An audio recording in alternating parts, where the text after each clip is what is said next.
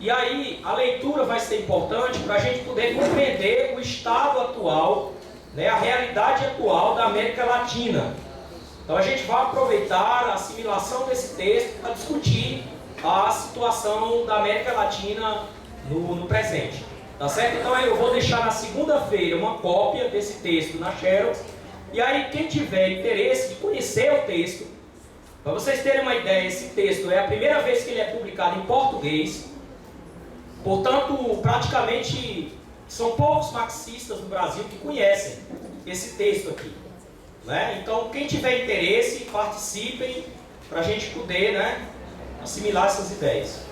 Aproveitar e dar um informe que tem uma biblioteca virtual marxista. Vocês poderão também encontrar as obras escritas pelos grandes revolucionários. Então é marxista.org, né? Isso. Marxistas.org. M-A-X-I-S-T-S. Só T-S no final. É TS. Então lá está disponibilizado as obras de vários autores, pela ordem alfabética, tem várias línguas. Você clica lá português e sai as obras traduzidas já na língua portuguesa. Então tem vários textos de Marx, Engels, Lenin, Rosa Luxemburgo, Leontiev, Vygotsky, de várias áreas. Então, assim, essa biblioteca, ela tem se esforçado para divulgar em várias línguas, né, todo esse legado da tradição marxista. Então, é bom vocês consultarem essa biblioteca virtual. Bom, então agora está aberto para quem quiser fazer perguntas, para quem quiser também fazer intervenção. Fiquem à vontade, tá certo? Murilo tem um microfone ali, só é ligar. Tem um microfone ali. Só é ligar. Boa tarde, meu nome é Murilo, sou estudante de Ciências Sociais, UFRB, Cachoeira. A minha dúvida está gerando em cima dessa questão da revolução proposta por Marx.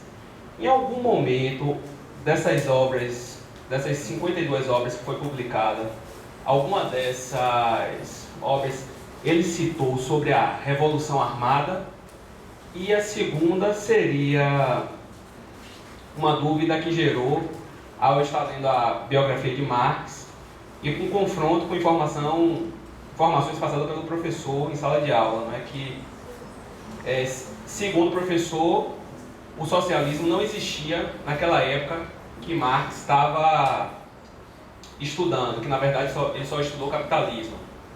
E, pela referência que eu tive, na verdade ele passou a estudar o socialismo, tanto é que é criado um choque no momento que as pessoas dizem que Marx foi o pai do socialismo, porque na época vigente, segundo o autor que ele menciona, já existia o socialismo.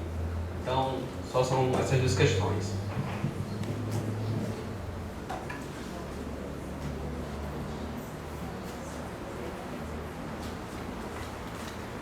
Está aberto, pessoal. Podem perguntar, né? Eu sempre digo uma coisa: nós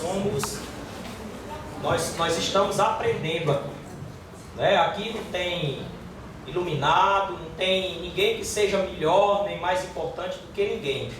Todos nós aqui estamos construindo uma obra coletiva, que é assimilar o pensamento de Marx, né? E compreender o mundo. Boa tarde, meu nome é Hélio, eu sou estudante de pedagogia e eu gostaria de saber, o ser humano quando nasce é impelido a buscar o conhecimento. Então, naturalmente que as tecnologias, elas virão inevitavelmente, para o bem ou para o mal. Elas tirarão o emprego de muita gente, mas para o bem ou para o mal, tem a tecnologia boa, digamos assim, também. eu queria saber como é que o marxismo atualmente visualiza essa questão do desenvolvimento tecnológico, que é inevitável, até porque o ser humano tem essa inquietação, ele busca o tempo todo mais e mais, ele quer mais conhecimento. Então eu queria saber como é que o marxismo atualmente trabalha essas questões de tecnologias, de informação, por exemplo, né, de desenvolvimentos de tecnológicos, de máquinas que hoje trabalham por 10 homens. Eu queria saber isso. Como é que o marxismo hoje vê essa questão?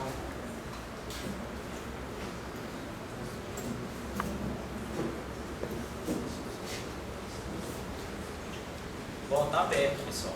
Mais uma para a Mais gente uma fechar pessoa. o bloco. Ah, tem 2 pessoas. Pode ser. Ah, Pode ir logo as duas, né? mas depois eu. Então, boa tarde, meu nome é Daniela, eu sou assistente social. Então, eu queria saber dos expositores com relação à questão das metamorfoses no mundo do trabalho. Como é pensado atualmente a questão da tese que fala justamente o quê? Da não centralidade do trabalho. Então, eu queria que vocês tecessem algumas considerações a respeito. Obrigada. Você não quer vir com o microfone? Vocês estão ouvindo? Melhor. Não, venha. Não tenha medo deste instrumento produzido pelas forças produtivas. Meu nome é Aline, sou estudante da Casa de Ciências Sociais. E ela perguntou sobre a centralidade do trabalho. E eu queria perguntar também como é que tem sido a leitura de que o capitalismo se desenvolveu de tal forma e aí vários elementos vieram ao cenário da luta de classes e o proletariado deixa de ser visto como a classe revolucionária. Eu queria perguntar isso.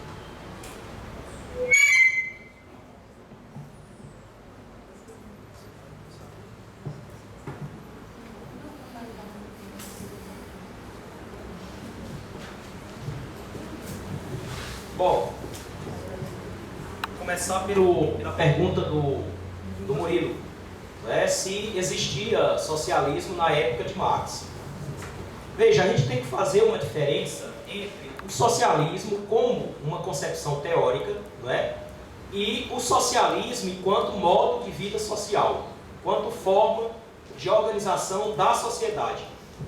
Veja, eu falei para vocês no início de que Marx, para elaborar a sua concepção de mundo, né, o materialismo histórico, ele tinha partido do conhecimento que foi acumulado historicamente pela humanidade, né, o conhecimento que havia sido produzido pelos grandes pensadores anteriores a ele, na economia política, na filosofia, na teoria política, né, na teoria social, e também no campo do pensamento socialista. Veja, se a gente for olhar o socialismo como a ideia de uma sociedade nova, de uma sociedade onde as pessoas vivessem de uma forma melhor, essa ideia de uma sociedade melhor, de uma sociedade mais humanitária, ela é uma ideia que percorre toda a história da humanidade desde que se formaram as primeiras sociedades de classe. Então, por exemplo, na antiguidade, né, onde você tem as primeiras sociedades baseadas em classes sociais, na propriedade privada, basicamente em Roma e na Grécia, você vai ter vários pensadores que vão formular ideias de uma nova sociedade, de uma forma melhor de organização social. Por exemplo, se vocês pegarem autores como Hesíodo, né, o Hesíodo tem um livro muito importante chamado O Trabalho e os Dias, né, onde ele analisa como é que se organiza a sociedade da sua época. Veja, o Platão, na República, ele tenta reconstruir a sociedade grega a partir da sua concepção de uma sociedade melhor, né, que fosse melhor organizada, onde o conhecimento, os filósofos, tivessem uma posição social dominante, comandassem o processo social, né, onde cada camada da sociedade pudesse ter uma função social, os escravos, né, os soldados. Então veja, essa ideia ela percorre a história das sociedades de classe. Na Idade Média, você vai ter vários pensadores, Thomas More, Campanella, né, que vão também elaborar modelos de sociedades, vamos dizer assim, melhores, que eles achavam que era melhor. Veja, quando ocorre o processo de sedimentação da sociedade capitalista, particularmente com a Revolução Industrial no século XVIII, né, a Revolução Industrial começa em 1750, alguns autores acham que é em 1776, e vai até 1815, 1820. O processo industrial, ele, ao mesmo tempo, representa a introdução da máquina no processo de produção, né? Portanto, ele representa a expropriação dos conhecimentos e das habilidades dos trabalhadores. Os trabalhadores passam, a partir de então, a ser um mero apêndice da máquina, como coloca Marx em O Capital. Então, veja, a Revolução Industrial, ela cria o proletariado, a classe operária, que vai ser a classe que produz a riqueza social na sociedade capitalista.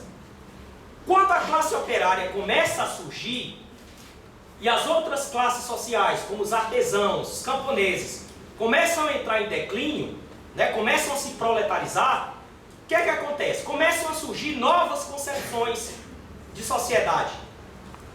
Então, por exemplo, se você pegar Robert Owen, Charles Fourier, Etienne Cabet, Louis Blanc, Auguste Blanc, Saint-Simon, né? Quer dizer, são vários e vários pensadores que o Marx chamava de socialistas utópicos, que vão formular modelos de uma nova sociedade. Eles faziam uma crítica ao capitalismo, mostravam que o capitalismo se desenvolvia por contradições, que o capitalismo criava miséria e riqueza, né? Que você tinha milhares e milhares de trabalhadores vivendo na miséria. Eles já faziam essa crítica. Então eles procuravam formular modelos de sociedade. O Etienne Cabet, por exemplo, ele vai elaborar a Icária, que era uma espécie de comunidade socialista. O Robert Owen vai fundar várias fábricas na Inglaterra, onde ele vai tentar socializar o trabalho dos operários e dar um salário melhor, o acesso à educação aos filhos dos seus trabalhadores, porque ele achava que dessa forma era possível superar o capitalismo e iniciar a construção do socialismo. Ou seja, né, o Charles Fourier, o Saint-Simon vão propor, né, várias outras formas de sociedade socialista. Né? O Fourier chamava de phalangstérios, que eram comunidades, colônias de trabalhadores. O que é que acontece? Veja, por que é que o Marx disse que esses socialistas são utópicos? Porque, primeiro, a ideia que eles formulavam de uma nova sociedade era uma ideia que era produzida pela cabeça deles.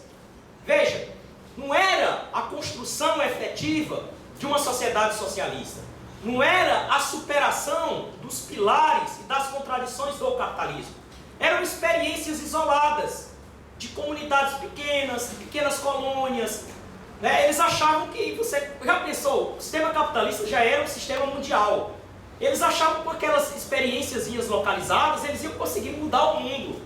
Né? E, por exemplo, alguns desses pensadores chegavam, quando formulavam essas ideias, eles chegavam a ir nos palácios, a ir nos governos, né, e pedir aos governantes que apoiassem essas ideias deles, como se a burguesia fosse, né, financiar esses projetos de socialismo utópico. Então Marx ele demonstra que essas ideias não tinham base material, não eram ideias científicas. E aí o Marx vai defender primeiro que uma teoria socialista justa, ela tem que partir de uma análise profunda da história da humanidade. Então Marx ele procurou assimilar todo o desenvolvimento da história da humanidade. A partir desse acúmulo e do materialismo histórico, que é um método marxista, ele procurou aplicar a análise da sociedade burguesa. E aí ele conseguiu desvendar qual era o segredo do capitalismo. Ou seja, que a riqueza é produzida pela classe operária, né, e que os trabalhadores estão submetidos a um processo de exploração social. e da extração da mais-valia, da riqueza, do excedente, é que se acumula o capital nas mãos da burguesia. Então Marx ele vai desvendar o segredo da sociedade capitalista e vai, a partir da análise das possibilidades colocadas pelo capitalismo, é que ele vai formular suas ideias socialistas. Mas o Marx, como ele era um cientista, é claro que ele não iria formular modelos de sociedade futura. Não tinha como ele fazer isso. Como é que você ia falar do socialismo se não existia socialismo? Como é que você ia dizer como é que a sociedade futura vai se organizar se sequer os trabalhadores não tinham chegado ainda ao poder? Então o Marx ele sempre olhou com reservas, né? Ele achava que o verdadeiro cientista social não deveria estar tentando especular como é que vai ser a sociedade no futuro. Os trabalhadores, através da sua experiência de luta, é que vai construindo essa nova sociedade. Vai superando a sociedade atual e abrindo, né, para a humanidade a perspectiva de uma nova sociedade. Então, existia o socialismo, mas existia enquanto concepção teórica. O que o Marx faz é dar uma base científica, uma base econômica, vamos dizer assim, uma base na história da humanidade para o socialismo. Por isso que o marxismo é conhecido também como socialismo científico, como materialismo histórico. Certo? Você quer... Como é seu nome? Hélio. A pergunta que o Hélio lança nos leva necessariamente a compreender qual a importância que as tecnologias, o desenvolvimento da técnica, o desenvolvimento tecnológico, ele tem com relação ao desenvolvimento das forças produtivas. Porque o desenvolvimento da ciência e da técnica, ele faz parte do desenvolvimento das forças produtivas. E o marxismo, ele não vai assim, analisar do ponto de vista da moralidade se a tecnologia ela é benéfica ou maléfica. Ele vai compreender a incorporação da tecnologia no processo produtivo enquanto possibilidade histórica das forças produtivas se desenvolverem e aí se liberarem cada vez mais desse trabalho enfadonho, se libertar cada vez mais no que tange ao afastamento das barreiras naturais. Então, assim, a tecnologia, ela é fundamental. É função da ciência e da técnica se desenvolver. O grande problema é que o desenvolvimento da tecnologia, o desenvolvimento da ciência, sob determinadas bases materiais, vai implicar exatamente naquilo que você trouxe. O desenvolvimento e a incorporação da tecnologia no processo produtivo capitalista, ele implica em desemprego. Ele implica na substituição do trabalho, né? Ele vai reduzindo cada vez mais a participação dos trabalhadores no processo produtivo.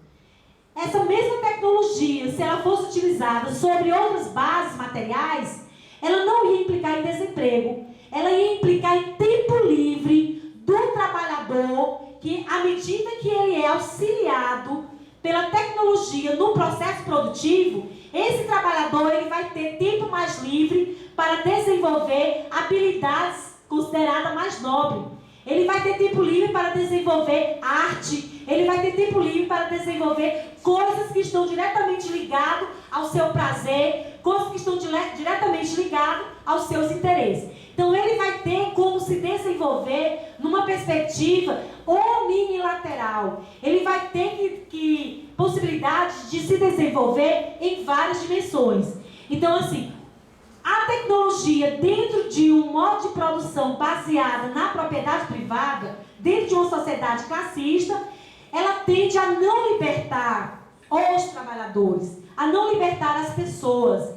Ela cria exatamente esse grande problema e que se constitui como uma das contradições do modo de produção capitalista. Olha só a contradição hoje colocada pelo modo de produção capitalista. As forças produtivas elas se desenvolveram, o capitalismo hoje ele não pode mais desenvolver essas forças produtivas, porque o desenvolvimento das forças produtivas, de um lado, está gerando índice elevadíssimo de desemprego, E o capitalismo, ele não pode conviver com índice para além do seu controle social, porque se ele convive com índice alarmante de desemprego, ele não tem como escoar as mercadorias por ele produzidas, porque as pessoas não têm mais poder de compra, não podem consumir o que a produção capitalista produz. Então não dá, é a grande contradição vivenciada pelo modo de produção capitalista que tem gerado crise sobre crise, em intervalos cada vez menores. Então esse é o grande problema. Nós somos o quê? Os marxistas é a favor, sim, que a tecnologia seja incorporada no processo produtivo, mas sobre outras bases. O que a gente coloca é que a incorporação, ela gera uma grande contradição, e essa contradição, ela não possibilita um processo de emancipação. Pelo contrário, ela coloca cada vez mais o trabalhador assalariado, o explorado, em condições de não reproduzir socialmente a sua vida, a sua existência social. Porque hoje, o contexto que nós estamos vivendo, esse contexto que se avança em processos brutais de barbárie, as pessoas elas estão pedindo para serem exploradas, como possibilidade de manter a sua reprodução social dentro da sociedade que nós estamos vivendo.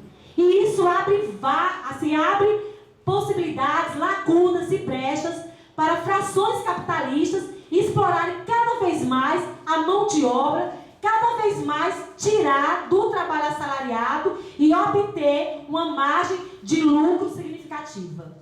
Então, a gente tem que analisar, e eu acho que a grande lição dada, por Marx, um dos grandes princípios do marxismo, diz respeito à categoria da totalidade. Não dá para você analisar nenhum fenômeno nele mesmo, isolado. Você tem que analisar o fenômeno fazendo com que esse fenômeno seja compreendido a partir da forma como a sociedade se organiza, pela base material da sociedade, estabelecendo todas as relações possíveis desse fenômeno com vários outros aspectos. Então, esse princípio da totalidade possibilita que a gente se aproxime cada vez mais da realidade. Que a realidade, ela é um complexo, ela é formada por múltiplas determinações. E aí uma outra lição que o marxismo nos confere é que a gente ultrapasse os limites da aparência. A aparência no marxismo, ela não coincide com a essência. A aparência, inclusive, ela camufla, ela escamoteia, obscurece a essência dos fenômenos. Então a gente não pode abrir mão dessa grande lição de rompermos os limites da aparência e penetrarmos na essência dos fenômenos. Diante dessa sociedade que nós vivemos, uma sociedade marcadamente pelo senso comum, onde há algumas frações da burguesia que paga, que contrata ideólogos, intelectuais para formular teorias, elaborar ideologias, se passando por ciência. Tem muitos aí que estão elaborando ideologia, se passando por ciência, e aí empurrando de goela abaixo essas ideologias como se fossem verdades. E a gente incorpora porque nós estamos desprovidos desse nível de senso crítico mais apurado. E a gente acaba reproduzindo essas teorias, considerando essas teorias como verdadeiras. Está cheio, a academia está cheio, está proliferando teorias que são gelatinosas, que são vulneráveis, que nos colocam uma determinada postura frente à sociedade e ao mundo de conformidade, de paralisia, de imobilismo e alienação. Então essa lição a gente não pode abrir mão de Marx. E para além da aparência, entrar e entender a essência. E é um exercício que não é fácil.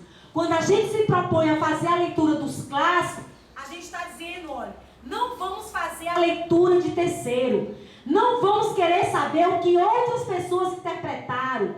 Vamos lá ler o próprio Marx. Entender o Marx pelo Marx. E não por segundo e muito menos por terceiro. Quando formos capazes de entendermos o Marx pelo Marx, aí sim. Aí a gente pode ir para os segundos, para as terceiras e quartas interpretações. Porque nós vamos estar, na verdade, forjados para sabermos, identificarmos se essas interpretações de segundas ou terceiras leituras, análise aí médica, elas são verdadeiras ou não. E com relação ao debate que se coloca hoje, que eu acho que é o debate mais profícuo que a academia vem realizando, que diz respeito à centralidade do trabalho enquanto categoria fundante ou não, que isso inclusive vai justificar teorias que dizem claramente que a classe operária não é mais a classe revolucionária, porque numericamente a classe está reduzida, porque o setor informal tem crescido, porque outros setores intermediários têm comparecido. Então ela não é mais a classe potencialmente revolucionária.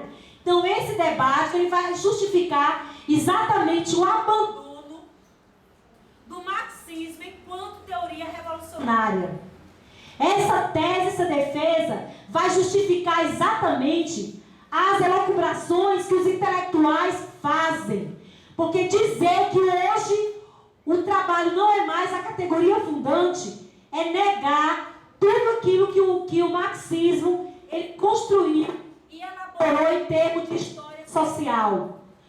O trabalho ele continua sim sendo a categoria fundante. O trabalho ele sempre existiu e ele existirá. A gente luta pela superação do trabalho assalariado, mas o trabalho em sua dimensão ontológica, ele não vai deixar de existir. Ele não desaparecerá em nenhuma sociedade, nem na sociedade mais elevada, que a gente defende, que é o comunismo. Uma sociedade onde não há classes sociais. Então é um debate profícuo que a gente precisa aprofundar, amadurecer. Tem vários teóricos que, inclusive, têm ampliado o conceito. E aí, dentre deles, a gente destaca Ricardo Antunes, quando ele amplia o conceito da classe. É classe que vive do trabalho. E a gente poderia dizer, o capitalista vive ou não do trabalho alheio? Ele vive. Ele é o parasita que vive do trabalho alheio. Alguns capitalistas. Temos outros capitalistas que também trabalham. Mas eu não posso dizer que essa classe capitalista vai ser a classe revolucionária porque vive do trabalho. Então, quando a gente faz a defesa que a classe proletária, que a classe trabalhadora, embora numericamente reduzida, é a classe potencialmente revolucionária, nós estamos nos referindo ao papel que essa classe ocupa no processo de produção da riqueza social.